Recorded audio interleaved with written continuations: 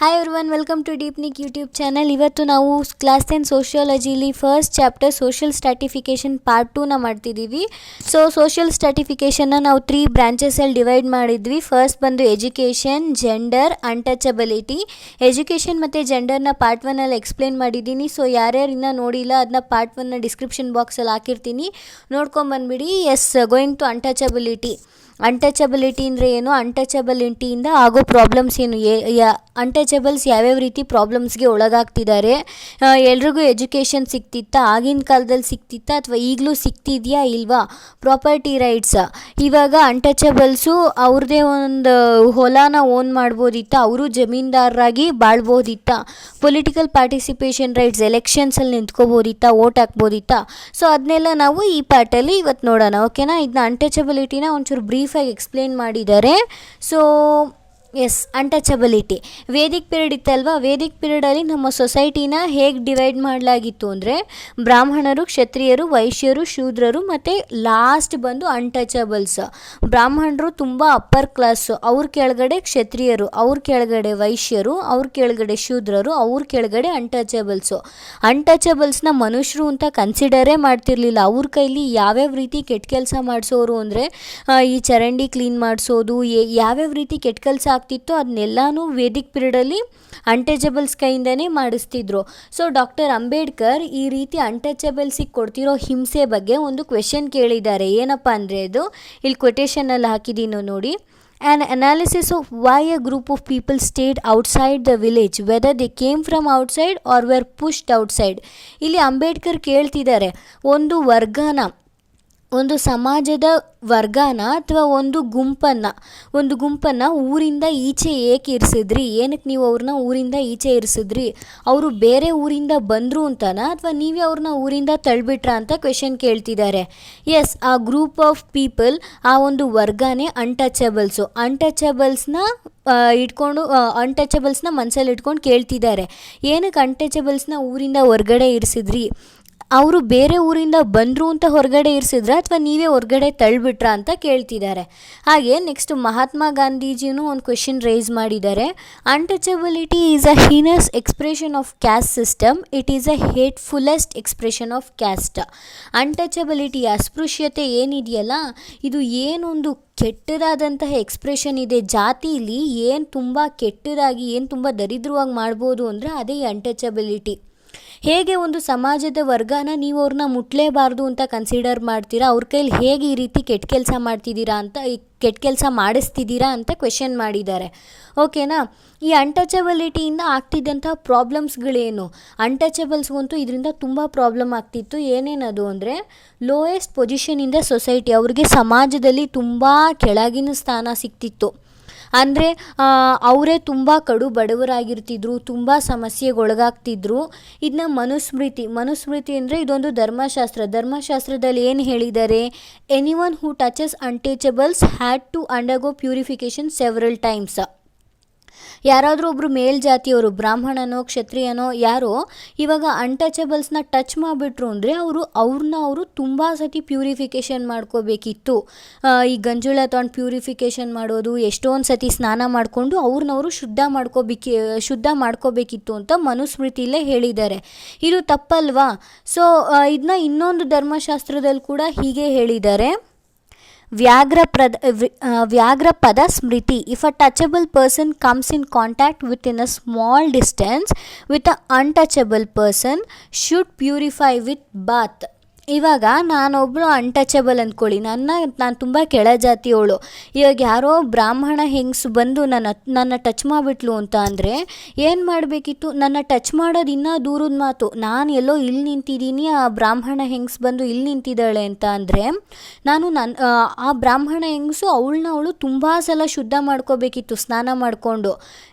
ಅವರು ಅನ್ಟಚಬಲ್ ಪರ್ಸನ್ಸ್ನ ಅಷ್ಟು ಕೀಳಾಗಿ ನೋಡ್ತಿದ್ರು, ಅಷ್ಟು ಕೆಟ್ಟದಾಗಿ ನೋಡ್ತಿದ್ರು, ಅವ್ರ ಮನುಷ್ಯರು ಅಲ್ವಾ ಅನ್ನೋ ರೀತಿ ನೋಡ್ತಿದ್ರು. ಮಲ್ಬಾರ್ ಅನ್ನೋ ಧರ್ಮಶಾಸ್ತ್ರದಲ್ಲಿ ಏನು ಹೇಳಿದ್ದಾರೆ, the untouchables who prepare footwear were barred from using them and were not allowed to touch wells and tanks. Malabar ಇದೊಂದು ಧರ್ಮಶಾಸ್ತ್ರ, ಜಾಸ್ತಿ ತಮಿಳ್ನಾಡು ಕಡೆ ಈ ರೀತಿ ಮಲ್ಬಾರ್ ಧರ್ಮಶಾಸ್ತ್ರಗಳು ಸಿಗುತ್ತೆ.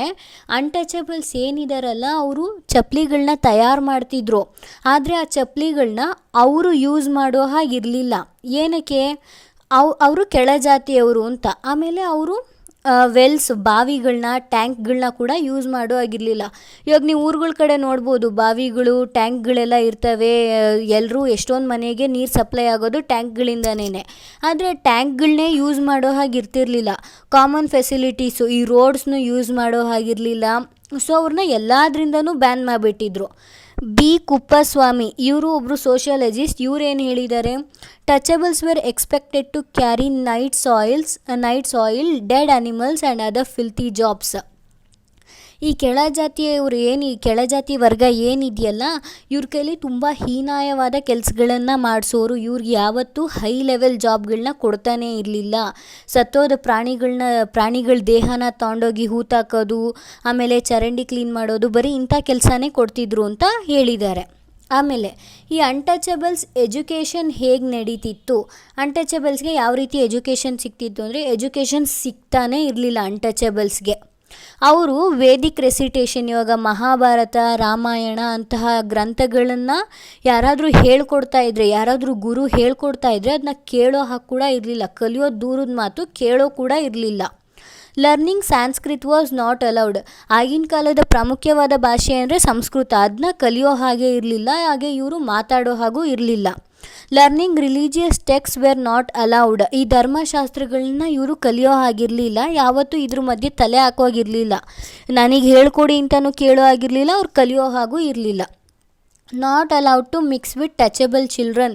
ಇವಾಗ ಕೆಳಜಾತಿಯ ಮಕ್ಕಳು ಏನಿರ್ತಾರಲ್ಲ, ಅವರು ಈ ಮೇಲ್ಜಾತಿ ಮಕ್ಕಳ ಜೊತೆ ಕಂಬೈನ್ ಆಗಿರೋ ಆಗಿರ್ತಿರ್ಲಿಲ್ಲ. ಅವ್ರ ಜೊತೆ ಆಟ ಆಡೋದು, ಅವ್ರ ಮನೆಗೆ ಇವ್ರು ಹೋಗೋದು, ಇವ್ರ ಮನೆಗೆ ಅವ್ರು ಹೋಗೋದು, ಆ ರೀತಿ ಏನೂ ಮಾಡೋ ಆಗಿರಲಿಲ್ಲ. ಇವರೇ ಸಪ್ರೇಟ್, ಅವರೇ ಸಪ್ರೇಟ್ ಅನ್ನಂಗೆ ಇರಬೇಕಿತ್ತು. ಆದರೆ ನಮ್ಮ ದೇಶಕ್ಕೆ ಸ್ವಾತಂತ್ರ್ಯ ಬಂದಾದಮೇಲೆ ನಿಮಗೆಲ್ರಿಗೂ ಗೊತ್ತು, we have A democratic constitution. ಇಲ್ಲಿ ಏನಪ್ಪ ಅಂದರೆ, ಒಬ್ಬ ವ್ಯಕ್ತಿಗೆ ಹೇಗೆ ತನ್ನ ಜೀವನ ನಡೆಸಬೇಕು ಅನಿಸುತ್ತೋ ಆ ವ್ಯಕ್ತಿ ಹಾಗೇ ನಡೆಸ್ಬೋದು. ಯಾರು ಕ್ವೆಶನ್ ಮಾಡೋ ಹಾಗಿಲ್ಲ, ಏನಕ್ಕೆ ಹಿಂಗಿದೆಯಾ, ಏನಕ್ಕೆ ಹಂಗಿರಬಾರ್ದು, ಏನು ಆ ರೀತಿ ಕ್ವೆಶನ್ ಮಾಡೋ ಹಾಗಿರಲಿಲ್ಲ. ಆ ಅಧಿಕಾರನ ನಮ್ಮ ಗೌರ್ಮೆಂಟ್ ನಮಗೆ ಕೊಟ್ಟಿದೆ, ನಮ್ಮ ಕಾನ್ಸ್ಟಿಟ್ಯೂಷನ್ ನಮಗೆ ಕೊಟ್ಟಿದೆ. ಸೊ ಈಗ ಆ ರೀತಿ ಯಾವುದೇ ರಿಸ್ಟ್ರಿಕ್ಷನ್ ಇಲ್ಲ. ಈಗ ಯಾವುದೇ ಕೆಳಜಾತಿಯವರಾಗಲಿ, ಯಾವುದೇ ಮೇಲ್ಜಾತಿಯ ಅವರಾಗಲಿ ಯಾವ ಭಾಷೆಯನ್ನು ಬೇಕಾದರೂ ಕಲಿಬೋದು, ಹೇಗೆ ಬೇಕಾದರೂ ಓದ್ಬೋದು. ಅಂಬೇಡ್ಕರ್ ಗೊತ್ತು, ನಿಮ್ಗೆಲ್ರಿಗೂ ಗೊತ್ತು. SC ST schedule caste, schedule tribe, ಆ ವರ್ಗಕ್ಕೋಸ್ಕರ ತುಂಬ ದುಡ್ದವರು. ಅವ್ರು ಹೇಳ್ತಾರೆ, education is a public property. ಏನು education is a public property ಅಂದರೆ, ಈಗ ಬ್ರಾಹ್ಮಣರು, ಕ್ಷತ್ರಿಯರು, ವೈಶ್ಯರು, ಶೂದ್ರರು ಎಲ್ಲರಿಗೂ ಎಜುಕೇಷನ್ ಸಿಕ್ತು ಅಂದರೆ ಅವರೆಲ್ಲರೂ ಮಾಡರ್ನಾಗಿ ಥಿಂಕ್ ಮಾಡ್ತಾರೆ. ಅಂದರೆ ಇವಾಗ ಎಲ್ಲರೂ ಈಕ್ವಲ್ ಅಲ್ವಾ, ಏನಕ್ಕೆ ಭೇದ ಭಾವ ಎಲ್ಲ ಏನಕ್ಕೆ ಅಂತ ಯೋಚನೆ ಮಾಡೋಕ್ಕೆ ಸ್ಟಾರ್ಟ್ ಮಾಡ್ತಾರೆ. ಸೊ ಇದರಿಂದ ಏನಾಗುತ್ತೆ ಅಂದರೆ, ನಮ್ಮ ಸೊಸೈಟಿ ಅಭಿವೃದ್ಧಿ ಆಗುತ್ತೆ. ಕೆಳಜಾತಿ ಮೇಲ್ಜಾತಿ ಏನೂ ಇರೋದಿಲ್ಲ, ಎಲ್ಲರೂ ಈಕ್ವಲ್ ಆಗಿರ್ತಾರೆ ಅಂತ ಅಂಬೇಡ್ಕರ್ ಹೇಳಿದ್ದಾರೆ. ಮತ್ತು ಇವರು chief architect of Indian constitution. Ambedkar ನಮ್ಮ ಸಂವಿಧಾನದ ರಚನೆಯಲ್ಲಿ ತುಂಬ ಕಷ್ಟಪಟ್ಟು ಕೆಲಸ ಮಾಡಿದಂಥವ್ರು. ಸೊ ಅವ್ರನ್ನ chief architect of Indian constitution ಅಂತ ಕರೀತಾರೆ. Going to the next page, property rights. ಅವರಿಗೆ ಏನಾದರೂ ಹೊಲನ ಓನ್ ಮಾಡೋದು ಅಥವಾ ಯಾವುದಾದ್ರೂ ಮನೇನ ಕೊಂಡ್ಕೊಳ್ಳೋದು, ಆ ರೀತಿ ಏನಾದರೂ ಅಧಿಕಾರ ಇತ್ತ ಅಂದರೆ ಆ ರೀತಿ ಇಲ್ಲವೇ ಇರಲಿಲ್ಲ. ಏನಕ್ಕೆ ಅಂದರೆ, ಧರ್ಮಶಾಸ್ತ್ರಗಳ ಪ್ರಕಾರ ಅವರು ಯಾವುದೇ ರೀತಿಯ ಪ್ರಾಪರ್ಟಿನ ಓನ್ ಮಾಡೋ ಹಾಗೆ ಇರಲಿಲ್ಲ. Therefore it was inhuman. ಇದು ಮನುಷ್ಯತ್ವದ ಗುಣನೇ ಅಲ್ಲ. ಏನಕ್ಕೆ ಅಂದರೆ, ಈ ರೀತಿ ಒಬ್ಬ ವ್ಯಕ್ತಿಗೆ ಈ ರೀತಿ ತೊಂದರೆ ಕೊಡೋದು ಇದು ಮನುಷ್ಯತ್ವದ ಗುಣ ಅಲ್ಲ ಅಂತ ಇಲ್ಲಿ ಹೇಳಿದ್ದಾರೆ. ಆಮೇಲೆ violation of basic human rights. ಮಾನವೀಯ ಹಕ್ಕುಗಳೇನಿದೆ, ಮಾನವೀಯ ಹಕ್ಕುಗಳಂದರೆ ಏನು?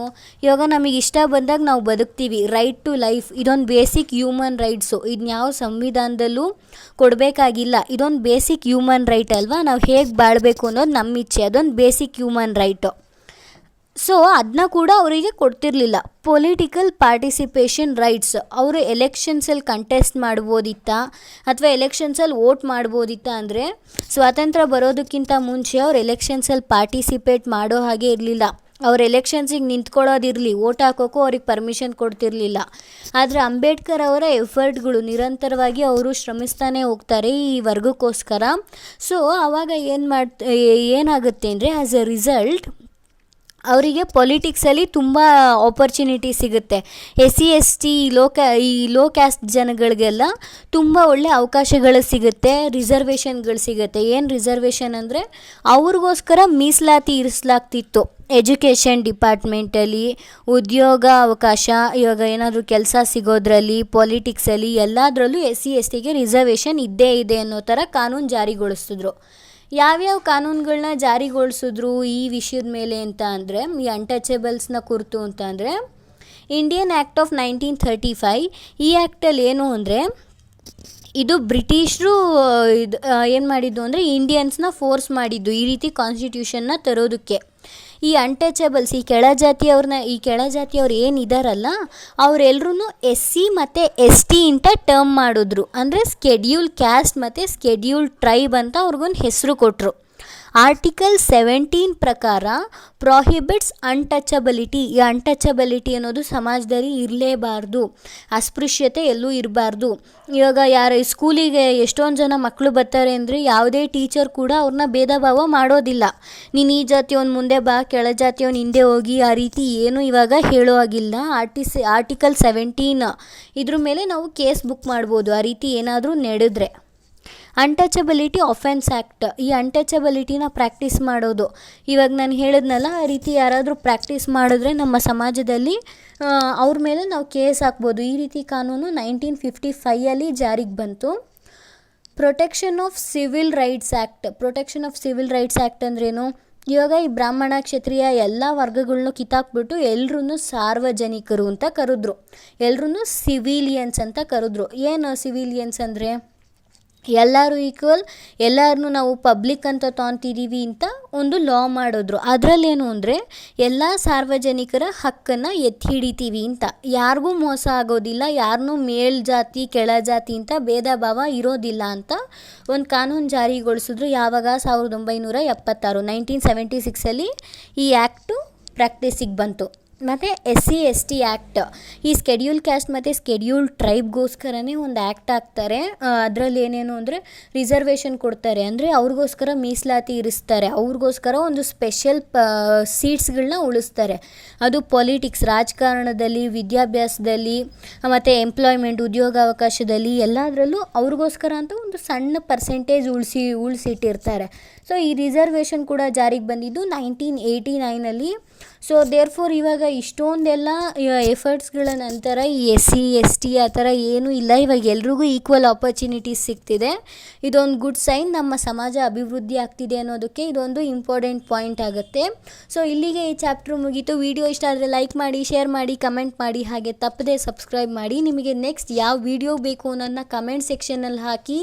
ಆಮೇಲೆ ನಿಮ್ಗೆ ಈ ವಿಡಿಯೋ ಬಗ್ಗೆ ಏನು ಅನಿಸಿಕೆ ಇದೆ ಅದನ್ನು ಕೂಡ ಕಮೆಂಟ್ ಬಾಕ್ಸಲ್ಲಿ ಹಾಕಿ. Okay, thank you for watching.